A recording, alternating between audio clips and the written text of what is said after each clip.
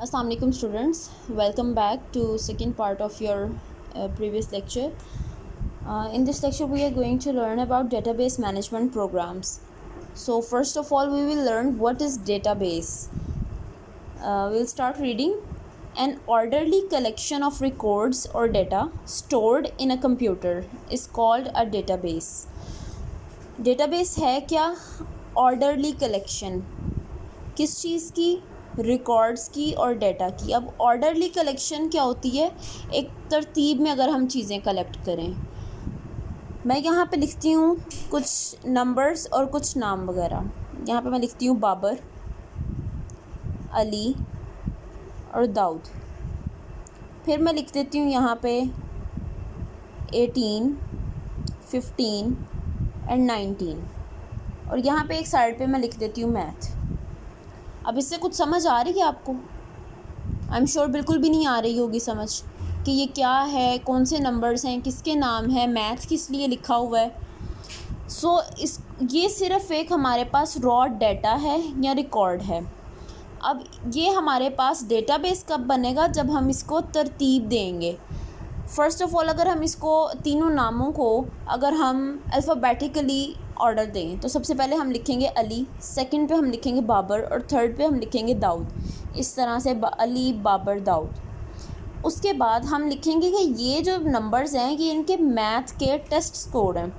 यहाँ पे हम ऊपर लिख देंगे मैथ्स और नीचे हम लिख देंगे कि अली का टेस्ट स्कोर 15 है, बाबर का 19 है और दाऊद का 18 है. तो तब ये हमारे पास बन जाएगा डेटाबेस. ये तो थोड़ा सा डेटा था, इसको हमने खुद ही से ऑर्डर दे लिया. जब डेटा बहुत ज़्यादा हो जाए तो हम क्या करते हैं, इसके लिए एक स्पेशल हमें मैनेजमेंट के लिए प्रोग्राम बनाना पड़ता है, एप्लीकेशन सॉफ्टवेयर बनाना पड़ता है. अब इसको आगे रीड आउट करते हैं. Starting again, an orderly collection of records और data stored in a computer is called a database.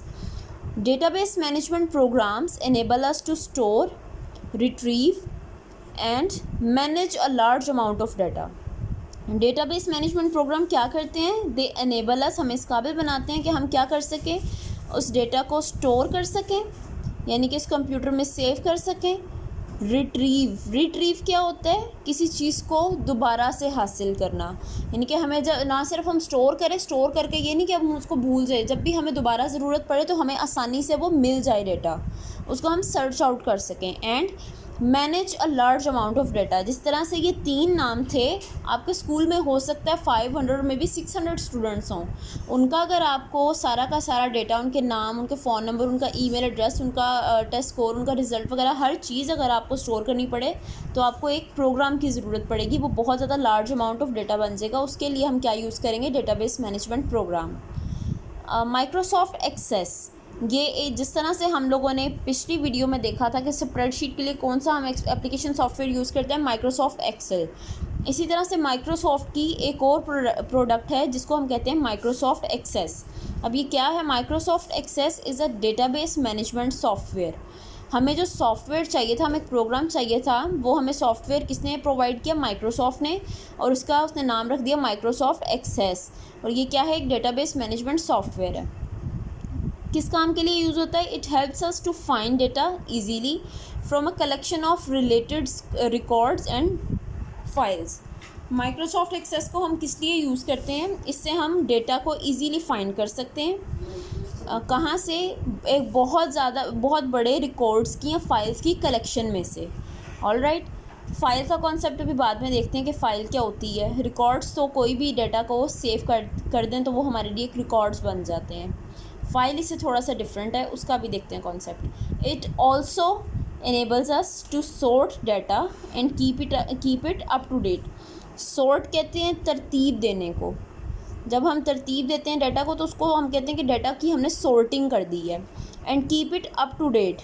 up to date is बहुत ज़्यादा उसको एडवांस फॉर्म में रखना. इसके अलावा डे बाय डे उसको बेहतर बनाते जाना. जिस तरह से हम न्यूज़ सुनते हैं तो न्यूज़ हमें हर इवेंट से अप टू डेट रखती हैं, हमें बताती हैं कि आज क्या हुआ, कल क्या हुआ. और इसी तरह से जिस तरह से अगर आपके रोज़ टेस्ट हो रहे हैं, कंप्यूटर के लेट से टेस्ट हो रहे हैं, तो इसको अप टू डेट करने का मतलब है कि आपके रोज़ के टेस्ट के स्कोर्स उसमें हम रोज़ के रोज़ ऐड कर रहे हैं. We can create list of telephone numbers and addresses using database management software. सिर्फ आपके स्कोर्स ही नहीं, इसके अलावा टेलीफोन नंबर्स भी और एड्रेसेस भी कहाँ किस तरह से स्टोर किए जाते हैं डेटाबेस मैनेजमेंट सॉफ्टवेयर में। आपका नाम लिखा होगा, उसके अगेंस्ट आपका फ़ोन नंबर लिखा होगा और उसी के आगे आपका एड्रेस वगैरह लिखा गया होगा आपके स्कूल के डेटाबेस में। इसी तरह से यहाँ पे उन्होंने एक्टिविटी दी हुई है, make a database of your friends email address and phone numbers in the screenshot below. ये आपको उन्होंने एक स्क्रीनशॉट दी, एक बॉक्स दिया हुआ है। इसमें आपने करना क्या है कि अपने फ्रेंड्स के ईमेल एड्रेस और फ़ोन नंबर्स, उन्होंने यहाँ पे आपको फील्ड भी दी हुई हैं, उनके बॉक्सेस बनाए हुए हैं। सबसे पहले आएगा आपका फील्ड नेम, या आप इसको कह लें कि आपके फ्रेंड का नाम। डेटा टाइप, यहाँ पे आप लेट्स से कि आप लिख रहे हैं अपना उसका एक फ़ोन नंबर लिख रहे हैं, तो सबसे पहले तो यहाँ पे हम लिखेंगे नेम, फिर यहाँ पे आ जाएगा फ़ोन नंबर और फिर उसके बाद यहाँ पे आ जाएगा ईमेल एड्रेस। सो हम ये चीज़ें यहाँ पे ऐड कर देंगे। यहाँ पे आप 1 बाय 1 अपने फ्रेंड्स का नाम लिखेंगे, उसके बाद यहाँ पे उसके सामने ही उनसे फ़ोन नंबर पूछ के लिखेंगे और उसके बाद यहाँ पे उनका ईमेल एड्रेस लिखेंगे। ऑलराइट, ये थी आपकी एक्टिविटी। अब हमने इससे पहले देखा था फ़ाइल का कॉन्सेप्ट, हमने सीखना था कि फ़ाइल क्या होती है। So file is a group of records that have something in common. आपने अपने घर में भी हर सब्जेक्ट की हो सकता है कि डिफरेंट फ़ाइल बनाई हो नोट्स की, कि आपके पास एक फ़ाइल है, इसके ऊपर आपने मैथ लिखा हो सकता है और इसके अंदर सारे आपने मैथ के नोट्स रखे हों। इसी तरह से कंप्यूटर में भी फाइल्स होती हैं, ये फ़ोल्डर्स होते हैं। आप उस फोल्डर को ओपन करते हैं, उस फोल्डर का नाम अगर आप कंप्यूटर रख देते हैं तो उसके अंदर हो सकता है आपने कंप्यूटर के सारे नोट्स रखे हों, और अगर नोट्स नहीं तो आपकी सारी ये जो लेक्चर की वीडियोज़ हैं वो रखी हों। तो फाइल क्या होती है? ग्रुप ऑफ रिकॉर्ड होता है that have something in common. इसमें कोई भी चीज़ कॉमन हो सकती है, सब्जेक्ट कॉमन हो सकता है या पिक्चर्स का फ़ोल्डर हो सकता है। उस पूरे फ़ोल्डर में, उस पूरी फ़ाइल में आपने पिक्चर्स रखी हो, उसमें वीडियो कोई ना हो। एक आपका म्यूज़िक का हो सकता है फ़ाइल, जिसके अंदर आपके सिर्फ सॉन्ग्स वगैरह हों या सिम्फनीज़ हों, इसके अलावा और कोई चीज़ ना हो। एक वीडियोस का हो सकता है। सो ये सारी चीज़ें क्या होती हैं? एक फ़ाइल फ़ोल्डर होता है। So this was all about lecture. इससे नेक्स्ट वीडियो में, इसके नेक्स्ट पार्ट में हम आपका थर्ड वाला एप्लीकेशन सॉफ्टवेयर करेंगे, विच इज़ वेब ब्राउज़र।